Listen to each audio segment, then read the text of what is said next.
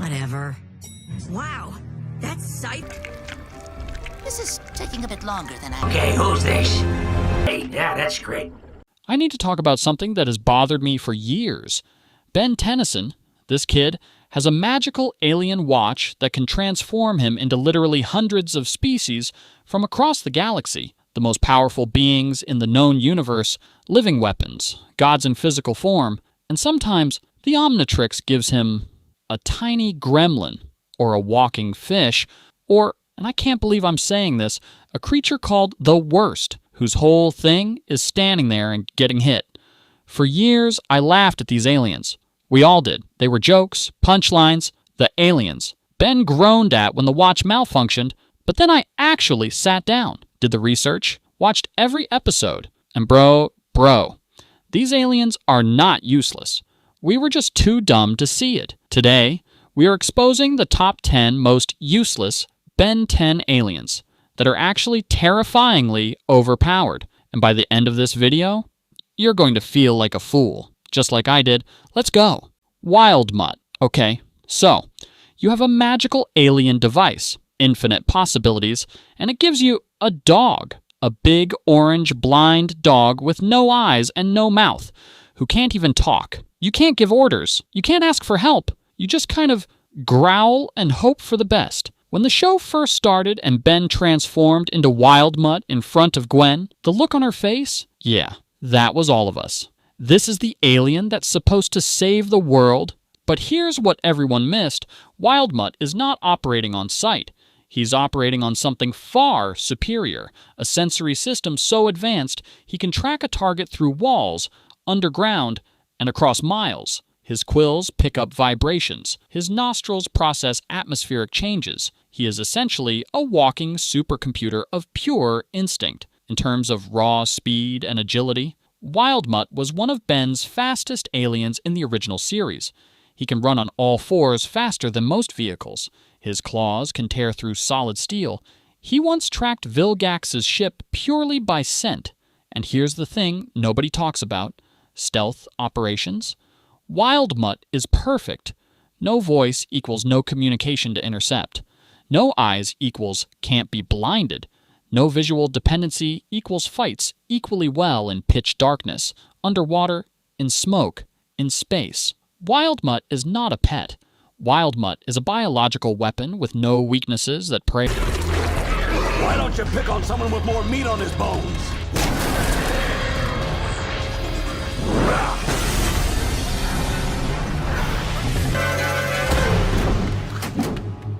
Gray matter. Okay, so now the watch gives you a frog, a 4-inch, big-headed, slimy little frog. You're supposed to be out here fighting alien warlords and saving planets, and the Omnitrix says, you know what you need? To be small enough to fit in a pencil case. The amount of times Ben groaned when he got deeply, personally. Oh no. You thought gray matter was the smart alien who couldn't fight?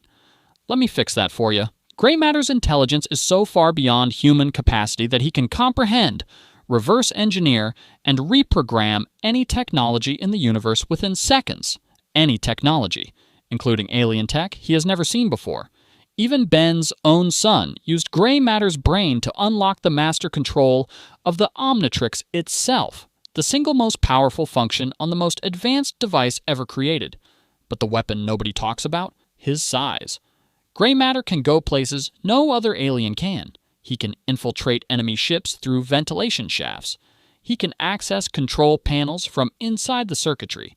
He can survive conditions that would destroy a larger being simply by being too small to hit. He becomes literally untargetable in the right environment. You know what's scarier than a giant monster punching you?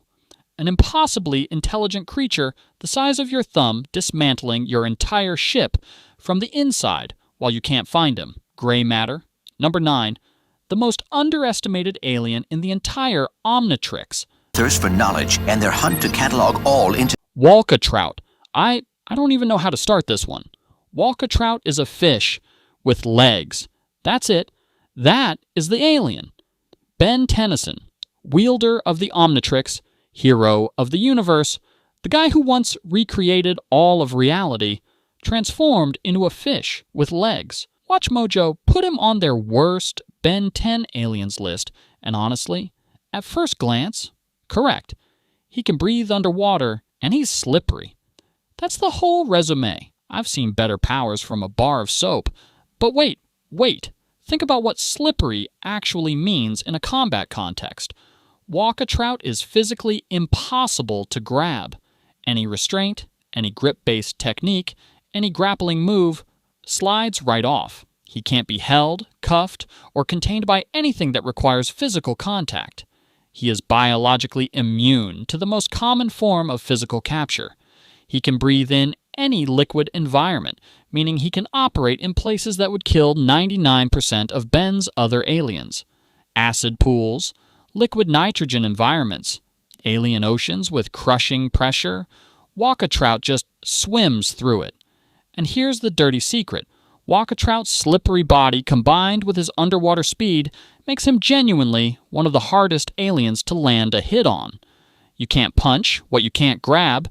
You can't grab what keeps sliding away. Is he going to win a fight against a Tetramand? No. Boop. But in the right environment, against the right enemy, Walk-a-trout is the perfect escape artist and infiltrator. Number 8. The fish who deserved better. The jailbreak! Figured that all by yourself. Upgrade. Now, Upgrade gets some respect from the fandom. People know he's cool, but the second someone points out that without technology nearby, Upgrade is just a puddle of black goo with one eye, suddenly nobody wants to talk about him. He's contextually dependent, they say. He's a liability in the wrong environment, they say. What happens when there's no technology to merge with? He just kind of sits there looking sad and neon green. Record scratch, triumphant music builds, friends. Have you considered what every piece of technology in existence actually means? We live, and in the Ben 10 universe, characters fight. In a world drowning in technology, enemy robots, Upgrade takes them over instantly. Alien warships, Upgrade merges with the entire vessel and controls every system simultaneously. Enemy weapons, Upgrade absorbs them and turns them against their own user. And here's the part that breaks my brain. Upgrade can enhance technology beyond its original limits. He merged with a simple RV and turned it into an armed military vehicle. He merged with a toy helicopter and made it a stealth attack drone. He can make a microwave into a weapon of mass destruction if he wants to. Upgrade is not dependent on technology. Upgrade is dependent on having anything nearby. And in a technological universe, that is always available. On top of that, Upgrade is made of billions of nanites. He can be shot, stabbed, sliced in half, and just reform. He is practically indestructible in his base form. Upgrade. Number 7. The alien that looked weak because we never thought hard enough about what merging with any technology actually means. Why go upgrade? It's complicated. Nanomech. Okay, so now we need to talk about the alien who is literally too small to see. Nanomech is roughly the size of a cell, a biological cell. When Ben transforms into him, he doesn't just get small, he becomes invisible to the naked eye. In a fistfight, this alien is worth absolutely nothing. You can't punch a Vilgax from inside his nostril. Or, can you? Record scratch. Silence for 2 full seconds. Then the music comes back louder. Let me tell you what Nanomech can actually do when used properly. He can shrink small enough to enter a person's bloodstream, their body. He can travel through the human, or alien, nervous system and attack from the inside, bypassing every external defense completely. Armor? Doesn't matter. Force fields? Irrelevant. Super strength? Useless when the threat is already inside you. His energy blasts are tiny, yes, but when fired from inside someone's skull directly at their brainstem, the size of the laser doesn't matter anymore. And here's the show-stopping fact. Nanomech's lasers were shown to hurt a Tokustar, way big species, a creature that is over 100 feet tall and one of the most durable beings in the universe. Nanomech's tiny little beams hurt something that large. Nanomech doesn't win by being big. Nanomech wins by being somewhere you can never protect against. Nanomech. Number 6. The most terrifying alien for anyone who's ever been afraid of things too small to see. Goutreau. Look at him. He is a walking gas machine with nozzles on his backside. He speaks in a Brooklyn accent. He looks like someone built a robot out of old pipes and painted it green. When Goutreau first appeared in Omniverse, the reaction from the fandom was underwhelming, at best. He farts chemicals at people. That is how this alien fights. I cannot believe this is real. Record scratch. Tone drops completely serious. You need to stop laughing, because I looked up what Goutreau can actually generate, and I haven't felt safe since. Goutreau is a walking chemistry laboratory. He can synthesize and expel virtually any chemical compound imaginable from his body. Laughing gas, tear gas, sleeping gas, acid. Love pheromones. Yes, he can make enemies fall in love with each other mid-battle, which is both hilarious and strategically genius, but the ones the show never actually used, the ones the writers confirmed he can generate but didn't show on a children's cartoon, mustard gas, hydrogen cyanide, chemicals that cause blindness, respiratory failure, and, I'm going to say this clearly, are classified as chemical weapons under international law. Goutreau can generate chemical weapons from his body. He can also absorb and neutralize any gas, making him completely immune to poison attacks. He can suffocate entire rooms. He can knock out an army without touching a single enemy. Goutreau doesn't look scary. That's the point. You see him coming and you laugh. And then you wake up 3 hours later and don't remember why you're on the floor. Number 5, the alien we laughed at who could end a war. Yeah, that's great. Hey, do me a solid. Lodestar. Okay, so, Lodestar controls magnetism. That's it, magnetism. In a universe full of time travel, nuclear-powered aliens, reality warpers, and beings who can recreate entire galaxies. Ben gets a floating crab head who moves metal things around. Even the show didn't know what to do with him. He showed up in alien force and just existed.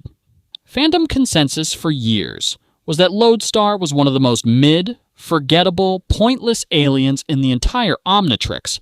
People literally forgot his name. They called him the Magnet Guy. And listen, I understand. I was one of those people. Record scratch, music drops into something intense and building. But then I sat down and actually thought about what magnetism means. And I need you to pay attention right now, because this is the one that broke me. Magnetism is not just move metal things.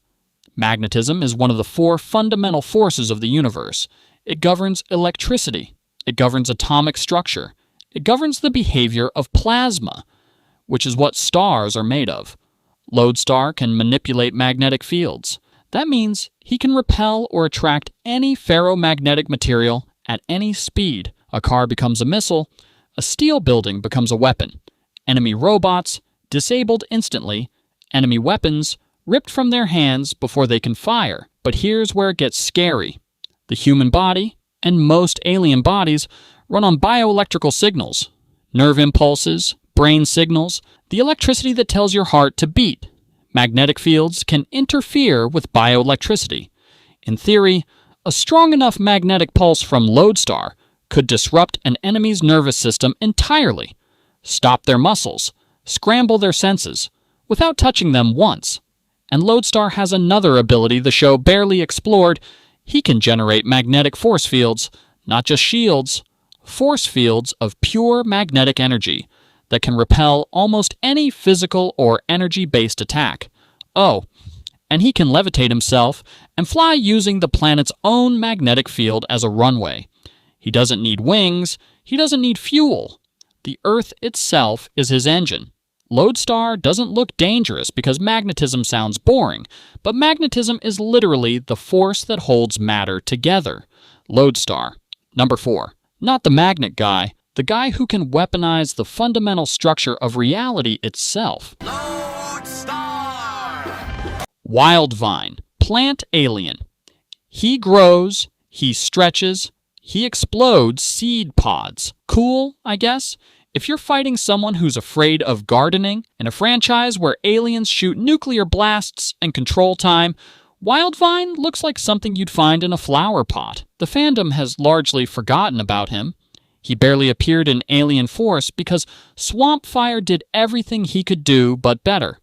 And that is exactly the trap everyone falls into. Record scratch. The music that plays is almost reverent now, like you're revealing a secret.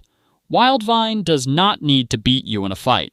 Wildvine can grow through anything. Concrete, steel, alien alloys.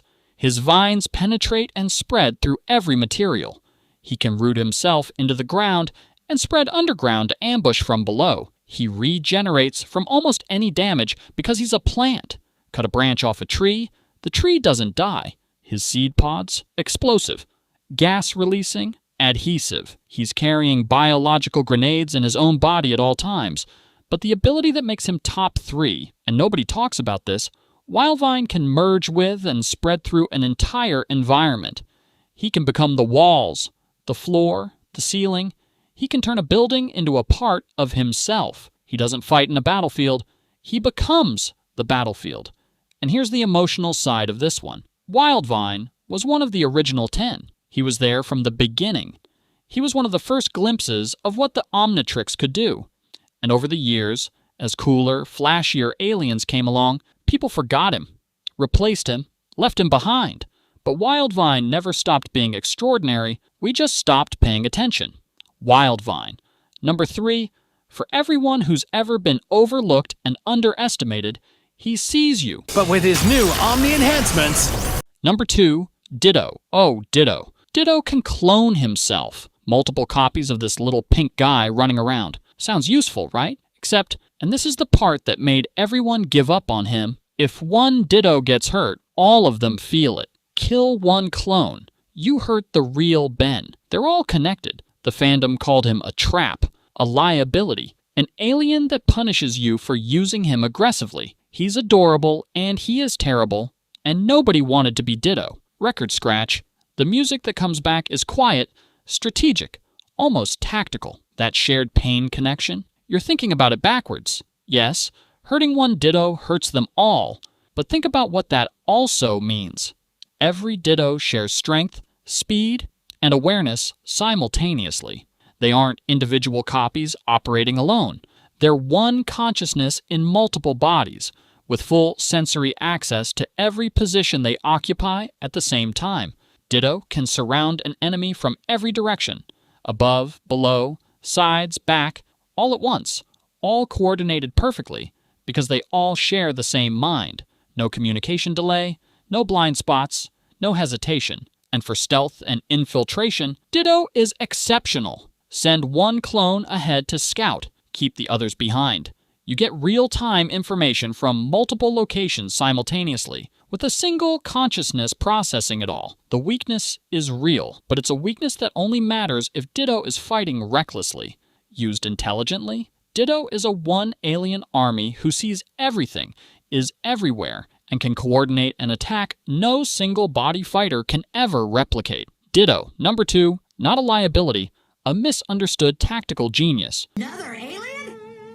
Okay. I know, just stay with me. Upchuck is a perk gourmand. He looks like a fat green toad. His entire power is that he eats things and spits them back out as energy blasts. For years, fans treated him as a comic relief alien. He was the one that made kids laugh because eating and burping is funny. But here's what happens when you actually think about this power for more than 5 seconds. The music cuts, full silence, then slowly, something almost haunting starts building. Upchuck can eat anything. Not most things, not many things, anything. Any matter, any energy, any material in existence. He has no upper limit on what goes in. He once ate a black hole in the comics. He ate a black hole and spat it back out. Now, you might say that's comics, not canon. Fine. Let's stay in the show. In canon, Upchuck can consume energy blasts and redirect them. He can eat explosive devices and neutralize them. He can consume the ammunition of any weapon and spit it back at twice the power. He can eat the ground beneath an enemy's feet. he can eat the walls of a prison cell to escape, and the rabbit hole goes deeper. Theoretically, there is no energy source Upchuck cannot consume and weaponize. Alien X-level cosmic energy, Clockwork's time rays, Atomix's nuclear output, all of it is just food, just lunch. The fandom laughed at Upchuck for 20 years, and for 20 years, Upchuck was quietly sitting there, being capable of consuming the fabric of reality and spitting it back out as a burp-shaped apocalypse. Music swells, emotional, triumphant. And isn't that just the most human story in this whole list? The one everybody laughed at, the one nobody took seriously, the one with the embarrassing power and the ridiculous design, the butt of every joke, turned out to be the most dangerous thing in the room. Upchuck, number 1. And if that doesn't make you root for every underdog you've ever doubted, including yourself, then I don't know what will. That is the list. 10 useless aliens, 10 hidden weapons, and one very big lesson about never judging something or someone by how ridiculous they look at first glance. Which of these surprised you the most? Drop it below. And if you think I got the ranking wrong, tell me. I genuinely want to have this argument with you in the comments. If you're new here and this video made you feel something, that subscribe button is right there. We do this every week. I'll catch you in the next one. It's hero time. End card. Show top video to subscribe. Animation.